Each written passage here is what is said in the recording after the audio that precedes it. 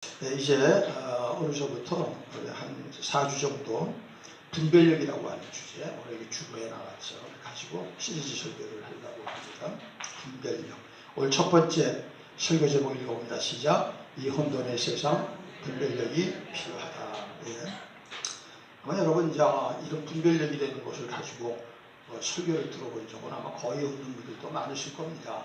잘 이렇게 설교에 하지 않는 부분이고 제목을 올리지 않는 부분이고. 근데 여러분 인생을 좋은 인생을 사는 사람들, 또 끝까지 그 인생이 형통한 사람들, 또 사회적으로 뭔가 좋은 리더십을 이렇게 선한 영향력을 미치는 사람들, 또 끝까지 다른 사람들의 좋은 멘토나 좋은 좋은 코치, 그리고 존경받는 사람들의 특징을 보면은 꼭 다 무슨 외모가 출중하고 언변이 출중하고 무슨 스펙이 좋고 경력이 화려하고 그런 건 아닙니다. 있는 사람도 있고 없는 사람도 있습니다. 근데 그 사람들 중에 이거 한 가지는 꼭 있어야 되는데 그게 뭐냐면 분별력입니다. 분별력. 영어로는 discernment라고 하죠. 영어로. 우리가 이제 분별이라고 하는 단어보다는 구별한다, 분간한다 이러한 단어를 잘 쓰니까 두루뭉술로 그냥 다 비슷하다고 생각을 하는데 사실은 구별이나 분간이라는 것은 주로 이렇게 외형적인 거, 모양적인 거, 형태적인 거, 성질적인 거 그런 것들을 가지고 갈라치게 하는 것입니다. 그러면 분별이라는 건 뭐냐? 분별이라는 것은 어떤 일이나 사람이나 사물에서 원인을 찾아내는 것입니다. 감추어진 원인. 이 원인을 잘 찾아내는 사람이 결국 좋은 인생을 살고 성공하는 것입니다. 여러분, 좋은 요리사는요, 좋은 재료만 갖다 씁니까? 아니잖아요. 왜 똑같은 재료를 써도 맛이 좋을까? 그 원인을 아는 거 아니에요. 그런 사람들이 결국은 체인저 하는 거 아닙니까? 백종원이 되고 그러는 거 아닙니까? 근데 아무리 좋은 재료를 쓰고 경력이 많아도 음식점을 개업해도 또 많이 해요. 왜요? 분별력이 없는 거예요. 분별력이 없는 것입니다. 여러분, 자식이 반항적이야. 어떻게 자식이 감당을 못해? 이거 속수무책이야. 왜 그래요? 그 자식의 반항이 어디서 오는지 알아? 분별을 못하고 그러는 것입니다. 분별력 있는 부모는 그 원인을 찾아내죠. 네. 그래서 그 반항하는 자식을 잡는 겁니다.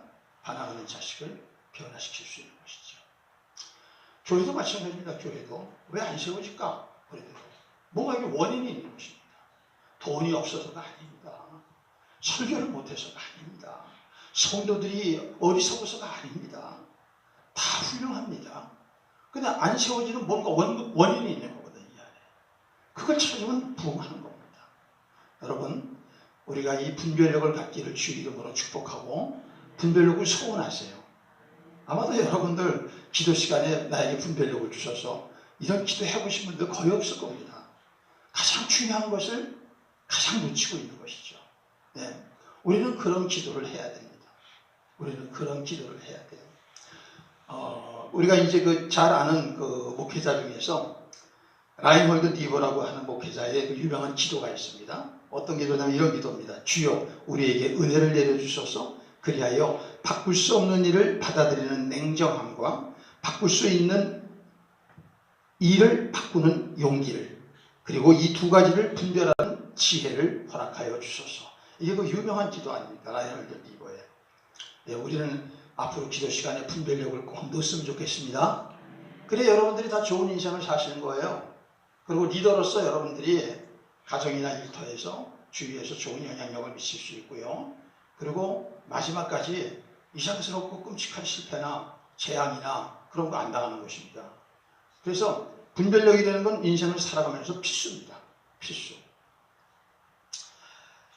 오늘 성경 보면은 우리가 신명기라고 하는 책을 읽습니다. 신명기 중에서 32장, 신명기는 34장인데 32장은 모세의 노래고 33장은 모세의 축복이고 34장은 모세의 죽음입니다. 이게 결론 부분입니다.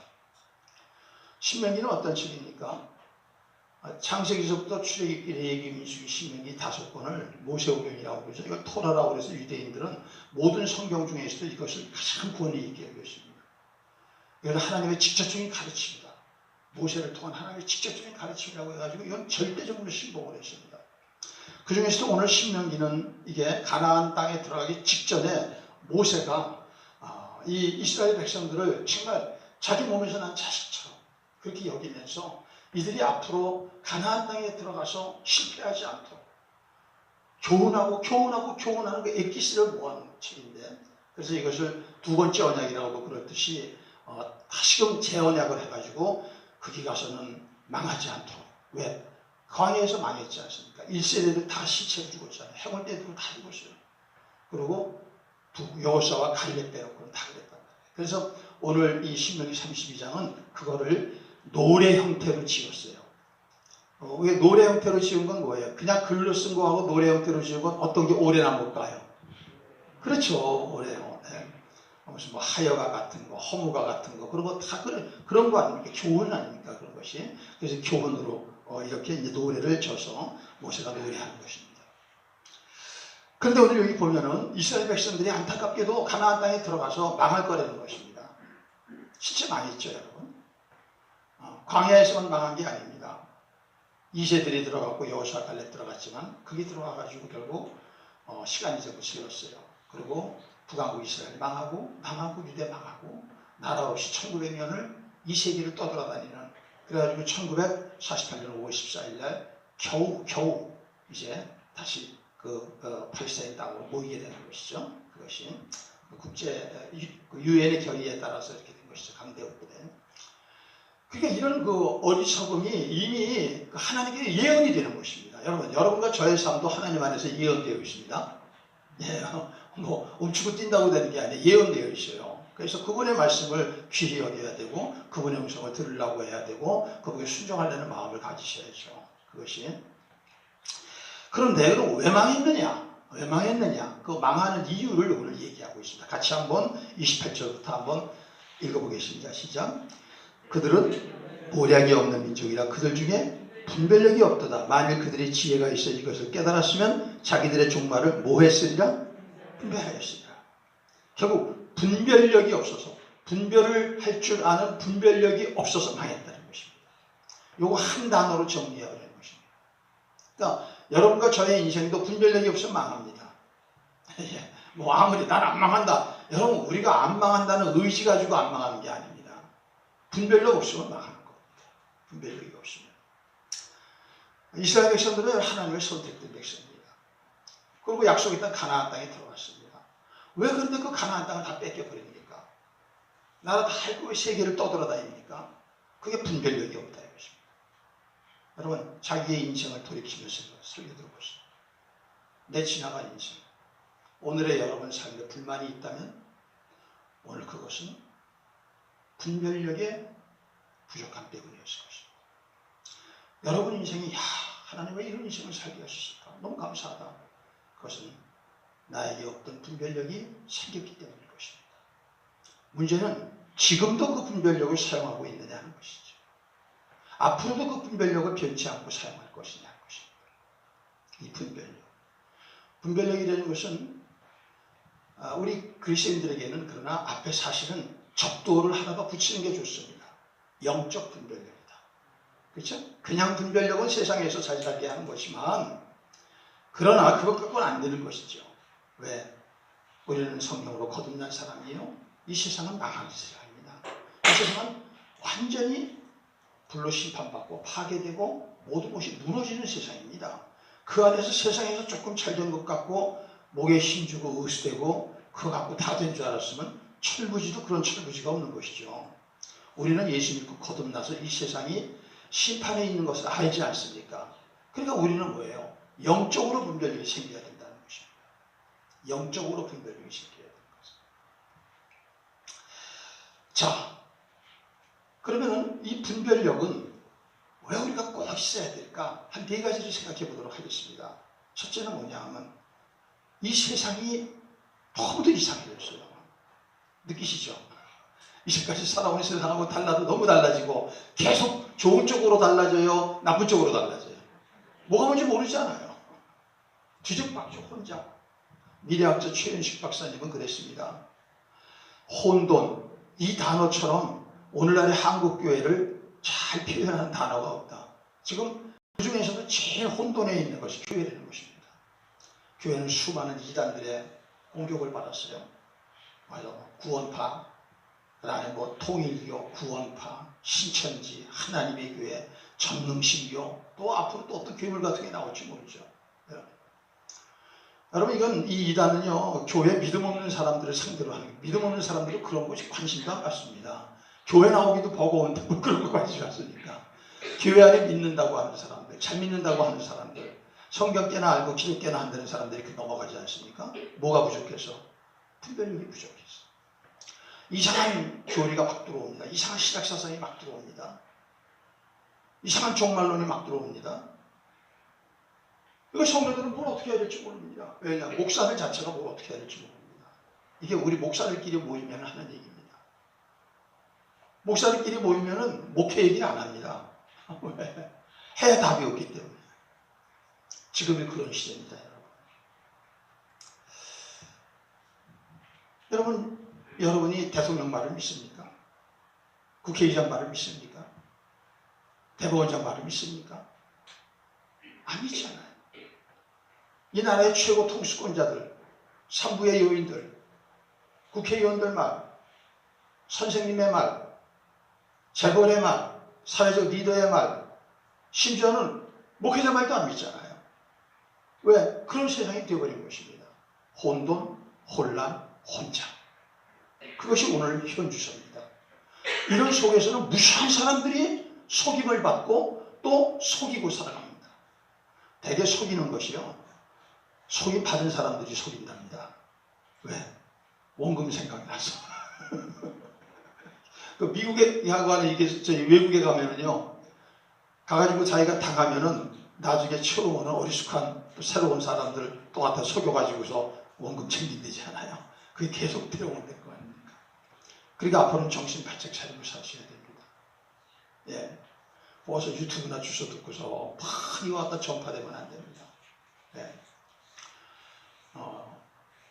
우리는 이 시대가 어떤 시대인가를 잘 알고 살아야 됩니다. 예수님께서 그러셨습니다. 마태복음 16장 3절, 누가복음 12장 56절 다 같은 말인데, 시작. 외식하는 자여, 너희가 천지의 기상은 분간할 줄 알면서 어찌 이 시대는 시대를 분별하는 것입니다. 지금 우리가 어떤 시대에 살고 있느냐, 이런 거 분별하는 것입니다. 지금이 겨우 부동산 투자해가지고 집값 조금 올랐다, 지금 해가지고서 주식값이 좀 올랐다, 비트코인 하면 돈 많이 번다, 이런 거 할 때가 아니라는 것입니다. 네. 지금은 이 시대를 정확히 알아요. 왜? 지금은 속고 속임이 더 과장되게 막 과감하게 그냥 막 과열되게 지금 막 퍼지는 시대입니다. 왜 그럴까요? 왜 그럴까요? 속임은 어디서부터 나왔습니까? 속임은 어디서부터 나왔어요? 마귀에게 나왔어요. 그래서 마귀의 때가 다 됐습니다. 그래서 이렇게 속임이 있는 거예요. 그냥 여러분, 세상이 그러니까 복잡해서 그런 게 아니에요. 사탄은 속이는 자입니다. 거기서부터 모든 속임이 시작됐습니다. 이것이 이제 사탄이 무정익 속으로 집어쳐넣어서 멸절될 날이 가까이 왔습니다. 속이는 자는 다 이 속이는 자 마귀를 따라서 그 불로 들어가는 것입니다. 그래서 여러분들 속이지도 말고 속지도 마시기를 바랍니다. 그러려면 뭐가 있어야 돼요? 분별력이 있어야 돼요. 분별력이 없으면 아무리 눈을 부릅뜨려도 결국 당하고 마는 것입니다. 두 번째로 우리가 왜 분별력이 있어야 되느냐? 매일매일의 삶이 우리는 선택입니다. 그렇잖아요?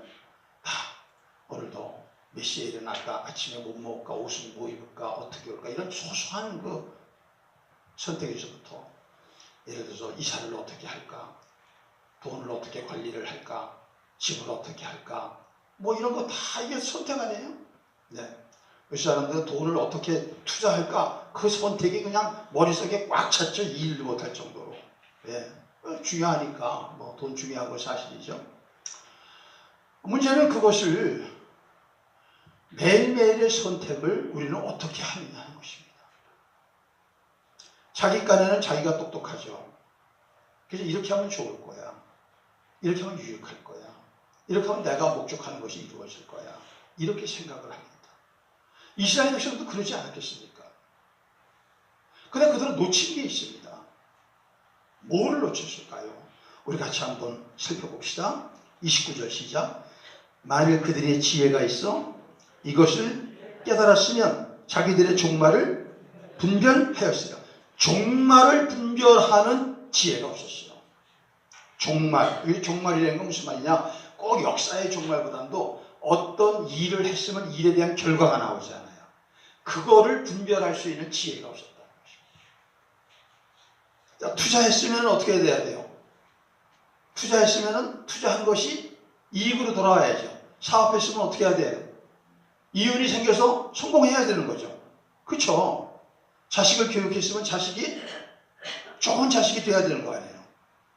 그런데 분별력이 없기 때문에 하긴 했는데 가장 옳다고 좋다고 하긴 했는데 결과를 생각을 못했더니 마지막에 가서 뻥 터져버려요.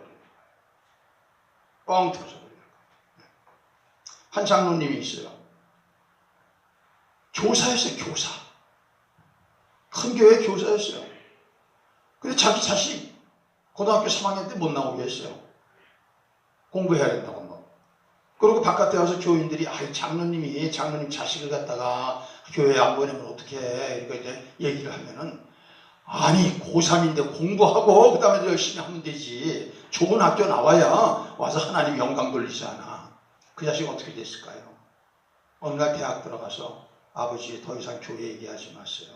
교회는 내 선택과 자유대로 할 거예요. 내가 나가고 싶으면 나가고 안 나가고 싶으면 안 나가요. 기절하게 돌려요. 왜? 자기가 그런 모습으로 심었으니까. 여러분 스스로 속이지 말라. 하나님은 만월의 여김을 받지 않으니 사람이 무엇으로 심든지 그대로 거두리라. 믿습니까?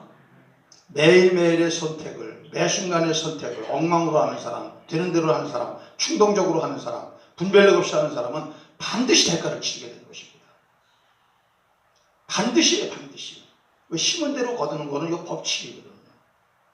농사 지으시면 많이 하시잖아요. 심은 대로 거두는 것입니다. 네. 좋은 걸 심으면 좋게 거두고 나쁜 걸 심으면 나쁘게 거두고 많이 심으면 많이 거두고 적게 심으면 적게 심는 것입니다. 영으로 심어야 영으로 거둡니다. 육으로 심어놓고 영적인 것을 하려고 그러면 안 되는 것이죠. 어느 날 똑 부러지게 애비를 바라보면서 아버지 더 이상 얘기하지 마세요. 이거 기절하려는 것이죠. 기절하려는 것. 네. 우리는 그러면 매일매일의 선택할 때 분별력을 주옵소서. 잘못 분별하여서 잘못된 선택하지 말게 하여 주옵소서. 결국은 내가 선택한 결과를 오늘 내가 따먹고 사는 겁니다. 지나간 삶에서 선택을 잘못했기 때문에 오늘 힘들게 사는 분들도 있고 지나간 삶에서 좋게 선택했기 때문에 좋은 삶을 누리는 사람도 있습니다. 그러나 더 중요한 것은 오늘 그럼 나는 어떤 걸 선택하느냐 하는 것입니다. 오늘. 분별력이 있어야 실수 안 합니다. 실패 안 합니다. 후회 안 합니다. 우리 성도들의 삶에 매일매일의 선택에 아름답고 복된 그러한 삶을 미리 심어놓을 수 있기를 주의 이름으로 축복합니다. 인간은 전체를 보는 눈이 없어요. 종말을 보는 눈이 없어요. 종말. 왜? 근시 아니니까. 그런 의미에서 분별력의 반대말은 근시 아닙니다. 그러니까 이런 거죠. 분별력이 있는 사람은 요 앞에 것만 보지 않는다 하는 것입니다. 요 앞에 것. 분별력이 있는 사람은 전체를 보는 것이죠. 길게 보는 것이죠.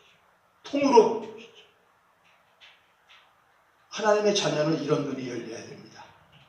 왜 그래요? 하나님은 과거, 현재, 미래를 다 보시는 분 아니에요. 그렇죠? 그 하나님의 아버지 아니에요. 그죠? 그 하나님이 우리 안에 계시죠? 근데 나는 어쩌자고 요것만 보는 겁니까? 어쩌자고 요것만 보는 거예요.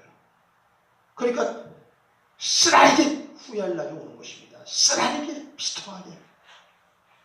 그러므로 지금 우리가 선택하는 법을 바꿔야 됩니다. 우리는 뭐냐? 큰 거를 봐야 돼요. 우리의 큰 건 뭡니까? 하나님 나라입니다. 신앙은 딱 한마디로 하나님 나라예요. 하나님 나라가 없는 사람은 뭘 해도 안 되는 거예요. 뭘 해도 실패자예요.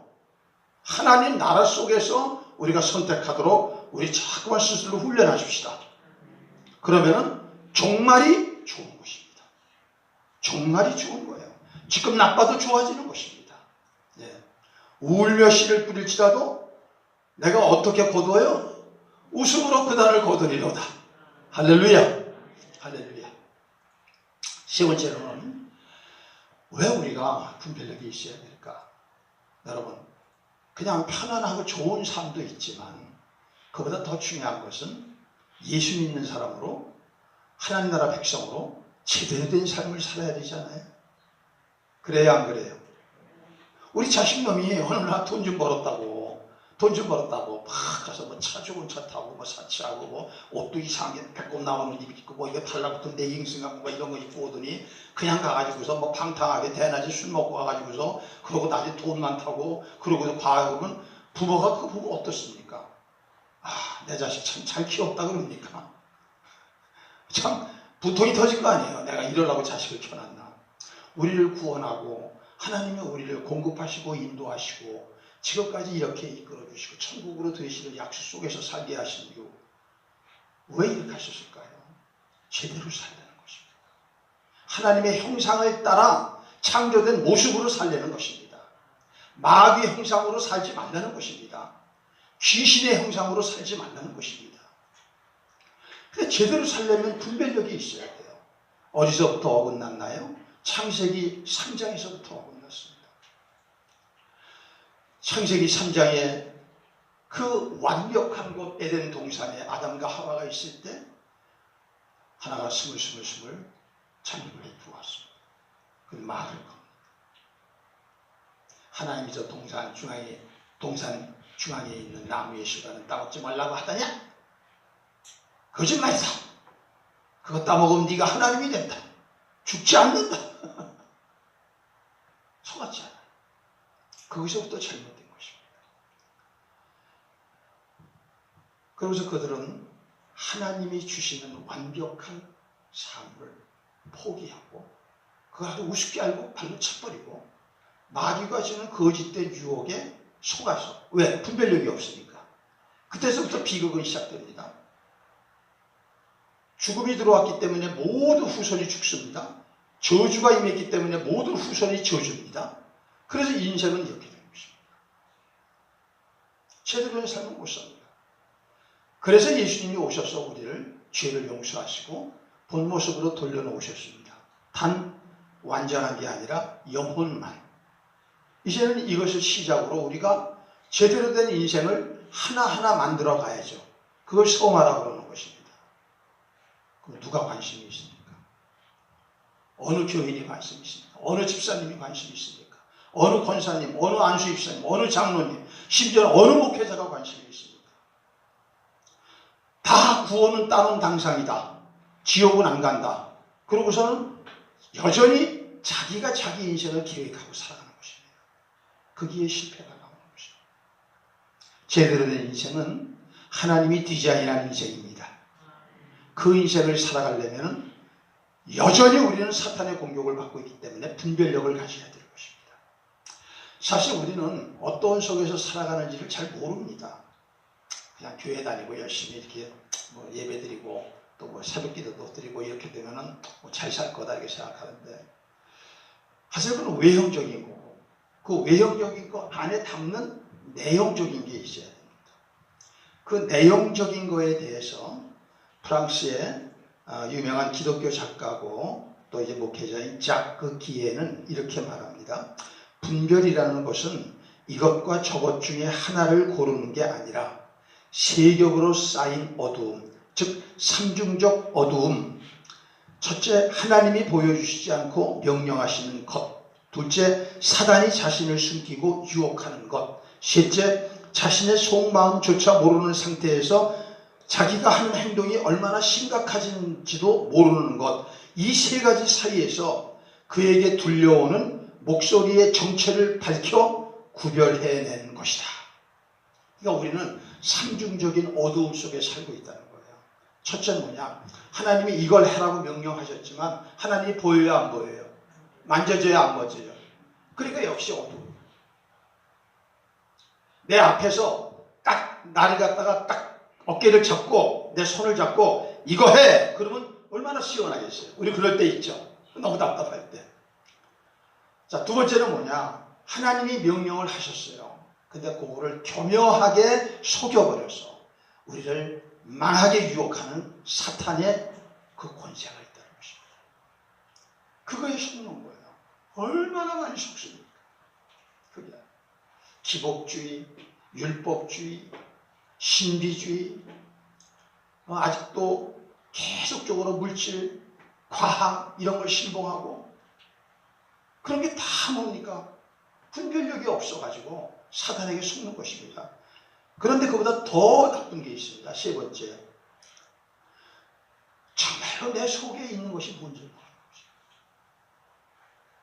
기도를 하면서도 정말로 내 속에서 이게 원하는 건지, 이렇게 하면 이게 좋은 건지, 이렇게 하면 옳은 건지 이게 몰라요.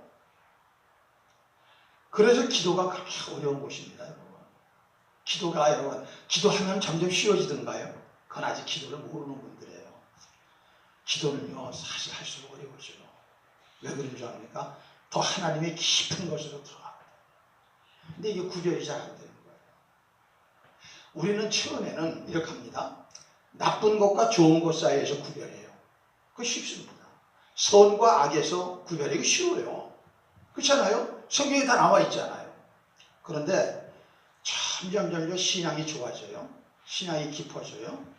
그리고 기도해요. 그러면은 이제는 좋은 것과 좋은 것 사이에서 구별해야 돼요. 사실은 거기까지 가야 됩니다. 성도가.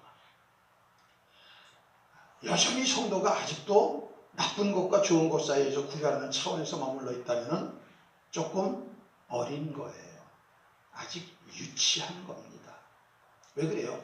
신앙생활 그만큼 성경 그만큼 듣고 설교 그만큼 들었으면 나쁜 거 좋은 거 정도는 다 알지 않아요. 그쵸? 요거 여러 번 아는 거 뭐 그거 가지고 합니까? 하나님은 우리에게 좋은 것을 다 예비하셨습니다. 믿습니까? 하나님이 만일에 우리에게 나쁜 것을 예비하셨다면 어떻게 하나님 믿어요?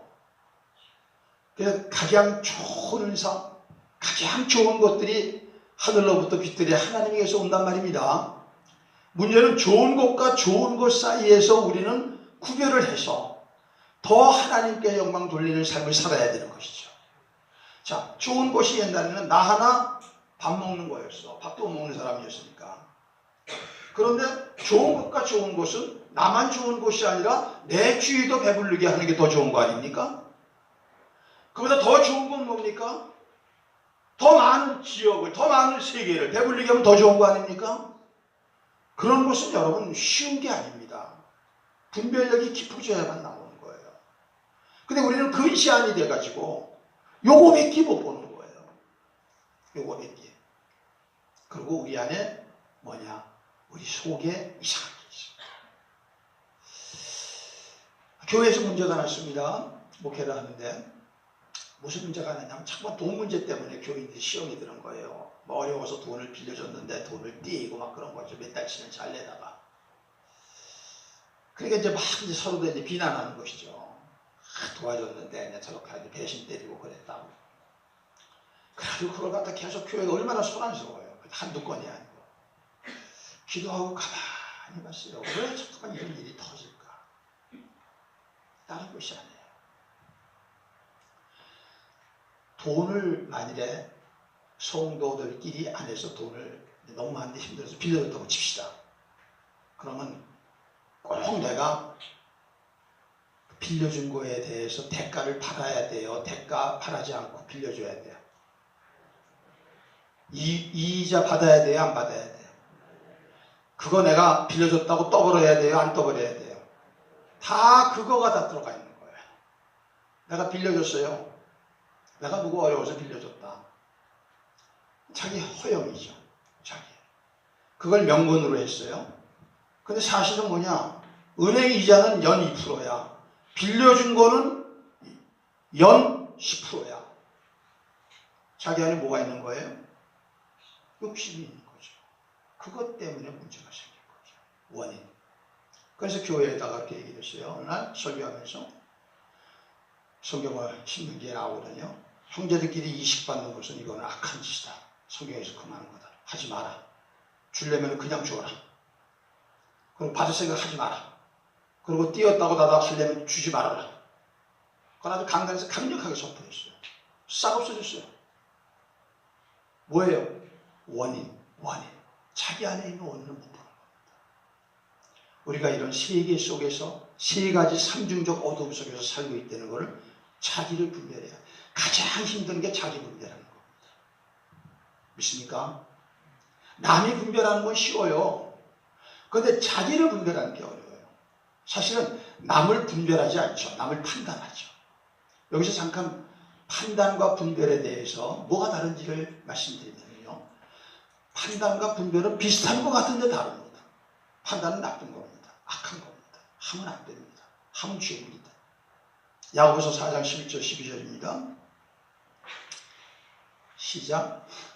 형제들아 서로 비방하지 말라. 형제를 비방하는 자나 형제를 판단하는 자는 곧 율법을 비방하고 율법을 판단하는 것이라. 내가 만일 율법을 판단하면 율법의 준행자가 아니요 재판관이로다. 입법자와 재판관은 오직 한 분이시니 능히 구원하기도 하시며 멸하기도 하시는 이시니라. 너는 누구이기에 이웃을 우리가 누구를 판단하면요 하나님께서 우리를 보고 야 네가 하나님이야? 내가 너 심판하겠다 이러신다는 거예요. 왜? 판단하시는 분은 하나님밖에 없으셔야 돼요. 하나님. 그럼 판단은 뭐냐? 판단은 율법을 기준으로 합니다. 그럼 율법이 좋은 겁니까? 나쁜 겁니까? 좋은 거예요? 나쁜 거예요? 율법은 하나님이 만드신 겁니다. 그리고 주신 겁니다. 지키는 건 좋은 겁니다. 그럼 인간은 율법을 지킬 능력이 있나요? 없나요? 그래서 율법으로는 오직 죄를 깨달음입니다. 율법으로 구원받을 수 없습니다. 율법의 행위를 지킬 사람은 없습니다. 그래서 율법을 보고 안 되는 거라고 하는 하나님 앞에 가서 하나님 나는 이 율법을 지킬 능력이 없어. 나는 죄인입니다. 나를 용서해 주세요. 그때 하나님의 아들 예수 그리스도로 우리의 죄를 용서하시고 이제는 우리 안에 율법 대신 하나님의 성령이 들어오시는 겁니다. 율법을 지킬 수 있는 힘을 주시는 것입니다. 그런데 이 판단하는 사람은 뭐냐? 판단하는 사람은 율법을 기준으로 해가지고 남을 비판하고 정죄하고 비난하고 뒤통수 치고 내리깎고 나는 너보다 낫다 이렇게 하려고 쓰는 겁니다. 그래서 하나님이 그 자를 심판합니다. 그러나 우리는 분별을 해야 됩니다. 왜 그럴까요? 분별을 못하면은 그 전라도 말이죠. 된장인지 뭔지 모르겠다고. 그렇게 되는 것입니다. 자, 교회 목사가 분별을 못해. 교회 리더가 분별을 못해. 교회 중시자들, 장로님들, 안수집사님들, 권사님들 분별을 못해. 어떻게 됩니까? 그러면 교회가. 엉망진창 난장판, 혼란, 혼돈, 혼잡이 돼버리는 거죠. 아까 최현식 박사가 얘기하는 게 그거예요. 리더가 갖춰야 될 덕목의 하나는 반드시 분별력이 있어야 됩니다. 근데 이 분별력을 비난하고 정죄하고 뒤에서 까고 무너뜨리려고 하는 겁니까? 그를 구원받게 하고 제자로 살아가게 하고 그를 살리고 성공적인 삶을 살아서 또 이웃을 더 복되게 하는 하나님을 자랑하는 그런 사람으로 세우려고 하는 겁니까? 그거 아니에요. 근데 리더가 몰라. 자기가 분별력이 없어. 엉터리죠 그거는. 하나도 리더 못합니다. 분별을 하되 이걸로 나가려고 하면 안 되는 것이죠. 야, 아무개는 이래, 아무개는 이래. 이게 그게 원흉이라 그 사람이. 리더인데 원흉이야. 그러면 안 되는 거 아닙니까? 그래서 분별과 판단은 다른 겁니다. 판단은 하면 안 됩니다.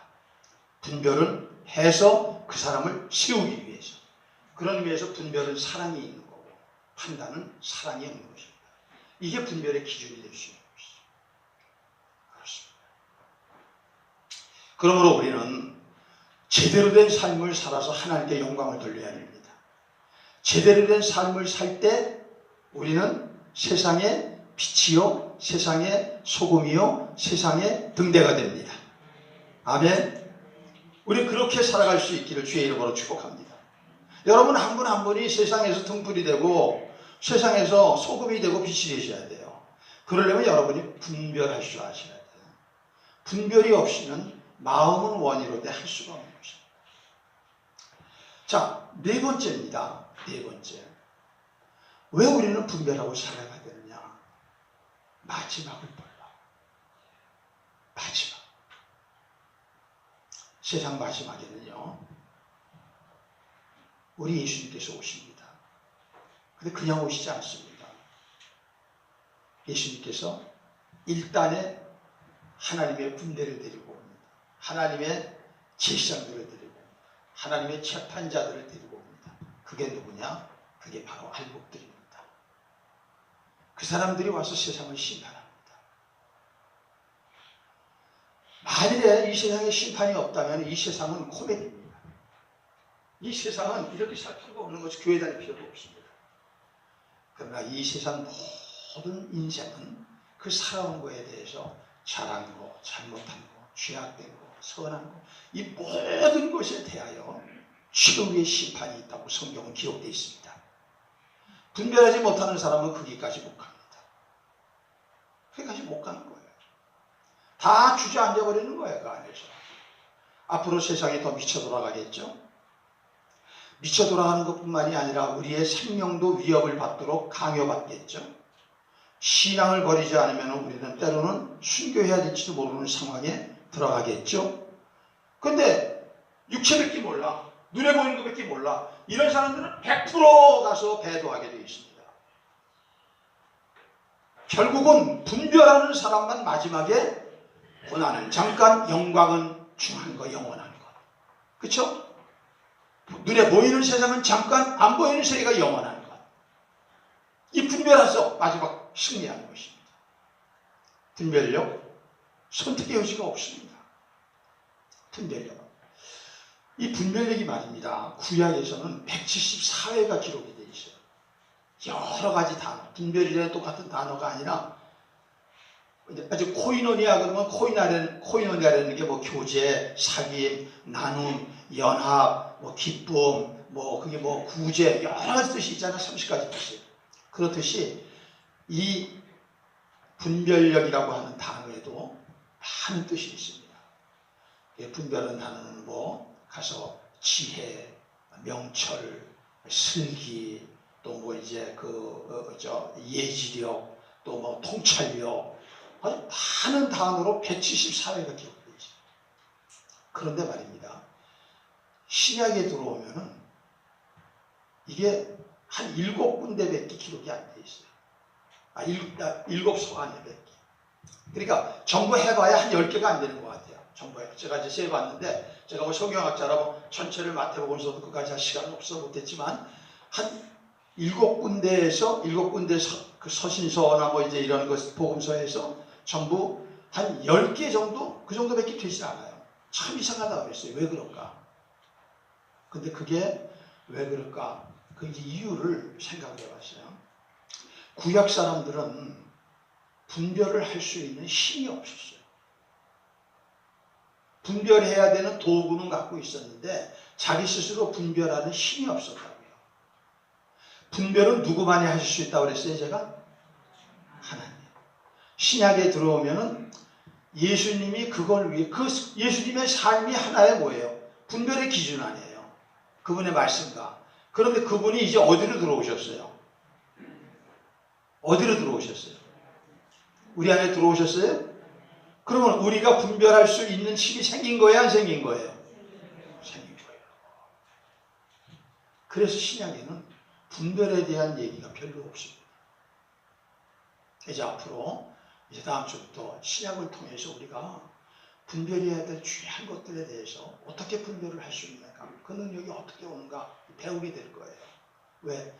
분별력이 없으면 우리 삶은 아무리 여러분 변하고 싶지만 안 변합니다. 여러분 아시잖아요. 주위에서 자기의 인생을 바꾸고 싶어하는 사람이 참 많죠. 실제 바꾸는 사람 몇 사람이나 있어요. 분별력이 없으면 안 되는 겁니다. 근데 이 분별력이 오면은 누구나 바꿉니다. 그러므로 그리스도 예수 안에 있는 자들은 새로운 피조물이라 이전 것은 지나갔으니 보라 새 것이 되었다. 다 새롭게 되는 것입니다.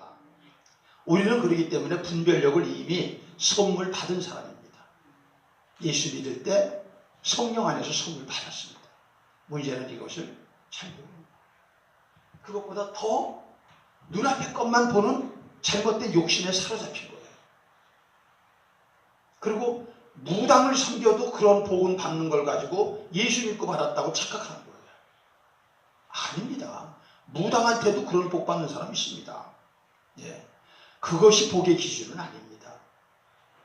하나님이 우리에게 주신 복은 그 복으로 하나님을 영화롭게 세상의 사람들을 새롭게 섬겨서 세상을 변화시키는 복입니다. 저는 여러분들이 받은 복이 그런 복이 되기를 바랍니다. 자기 하나도 먹고 사는 것이 힘들면 이거 복이라고 얘기할 수 있어요. 그렇죠? 그리고 자기가 살고 있는 공동체를 새롭게 못하는 것을 복이라고 할 수 없는 것입니다. 이런 것들이 다 어디서 나오느냐? 매일매일의 거듭난 자로서 하나님 나라 백성으로 올바른 선택을 하는 분별력. 이 분별력을 가지고 우리가 책임감 있게 살아갈 때 이것이 누적되면서 우리는 분별력이 갑절이나 그렇게 배양되는 사람이 될 것이요. 우리가 하는 그러한 선택마다 지혜로운 선택이 되고 위험한 선택을 하나님이 막아주실 것이요. 그것이 직접과 그것의 쌓임이 우리의 인생을 두텁게 해서 이제는 나 하나의 인생이 아니라 하나님과 이웃을 섬기는 인생이 되게 할 것입니다. 우리가 이제 그 성품에 대해서 이제 많이들 관심을 사실 가져야 되는데 왜 그러냐면은 우리가 영적이라고 하는 것을 그동안은 어떻게 많이들 생각했냐면 한국 교회들은 특히 영적인 것을 은사적인 거, 치유, 병고침, 신유, 방언, 예언 이런 거를 많이 영적인 것이라고 생각했어요. 영적인 거 맞습니다. 그러나 사실 그것은 유치한 영적인 것입니다. 그것은 처음 예수 믿을 때 하나님께서 그런 것들을 통하여 우리에게 신령한 세계를 경험하게 하고 그러나 점점 우리가 신앙이 두터워져 가고 깊어가면은 어디로 옮겨오느냐? 아, 이것 갖고 인생을 안 변합니다. 여러분 병 고치는 거 갖고 예언 방언 아무리 한다고 인생이 안 바꿔져요. 그런데요 성품이 바뀌면 인생이 바뀝니다. 믿습니까? 성품처럼 강력한 힘은 없습니다. 그래서 여러분 예수 믿으시잖아요. 너희가 누구를 병 고쳤다 무슨 네가 뭐 방언했다 그런 거 나하고 상관이 없어. 난 몰라 너. 나는 열매로 안다. 그들의 열매로 안다. 그래서 갈라디아서 5장 23절에 오직 성령의 열매를 얘기하시고 성령의 열매를 금할 자가 없다. 그래서 사랑, 희락, 화평, 오래 참음, 자비, 양선, 충성, 온유, 절제 이 성품의 열매를 반드시 맺어야 된다. 마지막이 사랑이에요. 그러니까 무자비하고 개인주의적이고 자기밖에 모르는 그런 인간도 교회 나와서 진짜 거듭나면은 사랑의 사람으로 변화되게 되어 있어요. 끝까지 무자비한 인간이다. 자기밖에 모르는. 이건 구원 안 받은 사람입니다. 성품이 안 변하면 안 받은 사람이에요. 아무리 악한 자라도 거듭나면 변하는 것입니다. 그게 변해요. 그런데 이런 사람들이 결국 거기까지 가는 도중에 뭐가 있느냐? 분별력이 있어서 거기까지 가는 것입니다. 분별력이 없으면 중간에 다 속아가지고 신앙이 병들어버리고 에이 내가 예수 믿어서 뭐해? 예수 믿어도 소용이 없어. 그리고 난 교회도 안 나갈 거야. 이런 무수한 시험이 있거든요. 근데 이 분별력이 있는 사람들은 이것을 그때 하나님 안에서 이걸 주시는 은사를 사용해가지고 알고 그 위기를 넘길 때 신앙이 더 깊어지고 높아지는 것이죠. 넓어지는 것이고 배반도 많이 당해봐야 우리가 넓어지는 겁니다. 배신 안 당하려고 그러지 마세요. 배신이 인생 그 자체예요. 배신이. 근데 배신을 어떻게 내가 소화하느냐죠. 배신을 잘못 소화하면은 가나안 성도 되는 거고 배신을 분별력을 가지고 아하 하나님이 내 그릇 넓히네. 여러분 그릇 넓히는 공장 가보셨어요? 헤라시고리 공장이라고. 가운데 금속을 갖다 대요. 판을 대고. 그래가지고 그 안에 이제 이게 돌립니다. 이 돌리는 게 그 쇠를 말입니다. 스테인리스나 이 쇠를 갖다 그 강한 게 얼마나 그게 버텨요. 이걸 계속 돌려주고 그게 넓혀져요. 그릇이 커지는 것입니다. 그래가지고 공기가 나오다가 밥주발이 나오다가 국그릇이 나오다가 냉면그릇 나오다가 이렇게 하면 냉면그릇 정도 큰 것이죠. 이런 것입니다, 여러분. 이 분별력이라는 것이 이렇게 우리 삶을 그렇게 두텁게 하는 것입니다. 근데 이 짐승으로 비유했을 때 이 분별력이 가장 많은 짐승이 이 짐승입니다. 한번 좀. 이게 무슨 짐승일까요? 이게 살쾡이라고 하는 짐승입니다. 사기라고 하죠. 고양이과에 있는. 이 살쾡이는요, 몸이 한 40 내지 50cm 정도 된답니다. 큰 게 아니죠. 그런데 자기보다 몇 배나 되는 동물도 사냥을 한대요.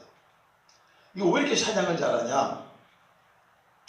이 살쾡이가요, 눈도 굉장히 예리하잖아요. 청각도 좋고. 그런데 가장 중요한 게 여기 있답니다. 요 귀에 털이 있잖아요. 이게 레이더 역할을 한대요. 그래가지고 먹잇감을 정확하게 포착을 하고 그 먹잇감이 어느 길로 다니고 어디에 있고 어디서 공격하면 되고 이런 것을 여기서 다 종합해가지고서 그래가지고 잠복해 있다가 자기가 먹을 그 먹잇감이 어디로 지나간다는 길을 알고 뭐 나무 위에 있다든가 뭐 바위 옆에 있다든가 그래가지고 끝까지 인내하다가 단 한 번으로 공격해가지고 탁 잡아버린대요. 분별력이 이게 바로 그런 것이라는 거죠. 신중함 속에서 안테나를 세워서 그래서 이것이 거짓과 참된 것, 속된 것과 거룩한 것, 선한 것과 악한 것 이런 모든 것, 명적인 것과 아니면 혼적인 것 이런 것들을 다 분별하는 것이죠. 그리고 이 분별이 되었을 때는 탁 결정하는 것이죠. 그리고 시행하는 것이죠. 그때 그 행동에 대한 결과가 나오게 되는 것입니다. 그래서 신중은 분별력과 떼어질래야 떼어질 수가 없는 거예요. 신중함 속에서. 사랑하는 성도 여러분, 우리 예수 다 오래 믿었습니다. 한번 더 제대로 믿어봅시다. 믿습니까? 지금까지 믿은 것이 이게 다라면은 앞으로 믿을 서로한 게 또 있어요. 이게 다예요. 그렇죠? 그 하나님이 그렇게 얄팍한가요? 아니잖아요. 그렇죠? 하나님은 더 크고 높고 위대하시고 오묘하시고 깊으신 거 아니에요. 이제는 우리가 좀 더 성숙하고 성장한 모습, 우리가 분별력 있는 성도가 됐을 때 이제까지 예수 믿으면서도 해결하지 못한 것들, 예수 믿으면서 우리가 답을 얻지 못한 것들, 이러한 것들에 대한 새로운 지경이 넓혀지리라고 믿습니다. 분별력, 양보할 수 없는 것입니다. 이 분별력이 있는 사람이 결국은 어떻게 되느냐? 결국 형통한 복을 받더라고요. 레위기서 26장 우리 한번 보고 마치도록 하겠습니다.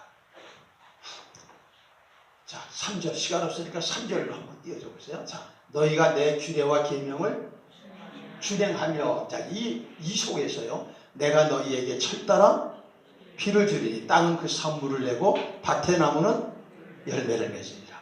너희 타작은 포도 딸 때까지 미치며 너희의 포도 따는 것은 타종할 때까지 미치리니 너희가 음식을 배불리 먹고 너희의 땅에, 자, 이게 구약적인 복을 다 받는 거죠. 자, 6절 내가 그 땅에 평화를 준다. 평화와 안식. 예, 여러분 집이 고래강실같이 부자여도 평화와 안식이 없으면 불면증하고 잠을 못 자잖아요. 너희가 누울 때 너희를 두렵게 할 자가 없을 것이며 내가 사나운 짐승을 걷다. 이게 재앙입니다. 우리가 복이 충만할 때도 두려움이 있어요. 왜 그래요? 재앙이 생길까 봐. 재앙이 생길까 봐. 그런데 그것이 지혜해버린대.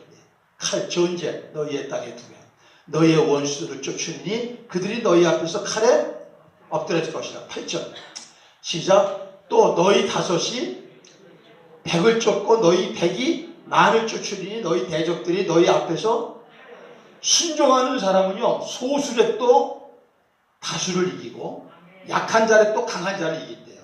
그래서 다윗이 골리앗을 이긴 거예요. 그런데 오늘 본문 보십시오. 이제 넘겨서 오늘 본문으로 돌아보세요. 자, 28절 그들은 모략이 없는 민족이라 그들 중에 분별력이 없도다. 만일 그들이 지혜가 있어 이것을 깨달았으면 자기들의 종말을 분별하였으리라. 그 다음 읽어보세요. 그들의 반석이 그들을 패지 아니하였고 여호와께서 그들을 내주지 아니하였더라면 어찌 하나가 천을 쫓으며 둘이 만을 도망하여. 반대가 된 거예요. 반대가. 아까 보세요. 순종하면은 어떻게 해요? 소수력도 다수를 이기고 약한 자를 또 강한 자를 이긴단 말이에요. 근데 이거는 반대로 이스라엘이 마지막에 망한 게 소수한테 당해서 지고 약한 자한테 당해서 졌다는 거예요. 이런 일이 있는데도 이것이 무슨 일인지 분별을 못했다는 거예요. 이거는 그들이 세서 그런 거예요. 하나님이 그렇게 붙이신 거예요. 그러니까 우리는 하나님이 우리를 망하게 붙이시지 않는 한 우리는 절대 망하지 않고 흥한다. 이게 우리의 신분이에요. 그러니까 우리는 뭔가가 그렇게 됐을 때 정신 차려야 돼요. 분별력을 발휘해야 돼. 이거 왜 그러지? 왜 그러지? 하나님보다 강한 분이 없는데 그분이 우리 아버지인데 왜 그러지? 이렇게 생각해야 된다는 것입니다. 그런데 분별력이 없어지니까 에이 뭐 내가 뭐 재수 없어 그렇지 뭐 내가 실수한 것이 뭐 내가 뭐 어쩔 수 없이 내가 뭐 배운 게 없잖아. 내가 뭐 스펙이 없잖아. 내 주위에서 나 도와주는 사람도 없잖아. 이런 식으로 생각을 하고서 망한다는 것입니다, 여러분. 근데 분별력이 있는 사람은 그렇게 안 한다는 거예요. 이거 내가 이겨야 되는 싸움 아니야. 왜 이러지? 하나님이 붙이셨구나. 대번에 알아버린다는 거야. 그래서 삶을 고쳐버리니까 계속 승리하게 되고 종말까지 우리가 형통하게 된단 말입니다. 이것이 우리의 신분입니다. 여러분, 우리는 구원받았다는 게 어마어마한 거예요. 구원받은 사람은 망할 수가 없어. 구원받은 사람은 죽음의 권세가 해칠 수가 없어. 음부의 권세가 해칠 수가 없어. 지난번 초대 시간에 여러분 들으셨잖아요? 음부의 권세가 해치 못한다고. 근데 이 분별력이 죽어버리면 위험한 거예요. 우리 이제 앞으로 이 무더위 속이지만 우리 한번 이 분별력을 통하여 시원한 삶을 만듭시다. 무덥지 않은 삶이 여러분과 저희 안에 열려 있습니다. 일어나 있습니다.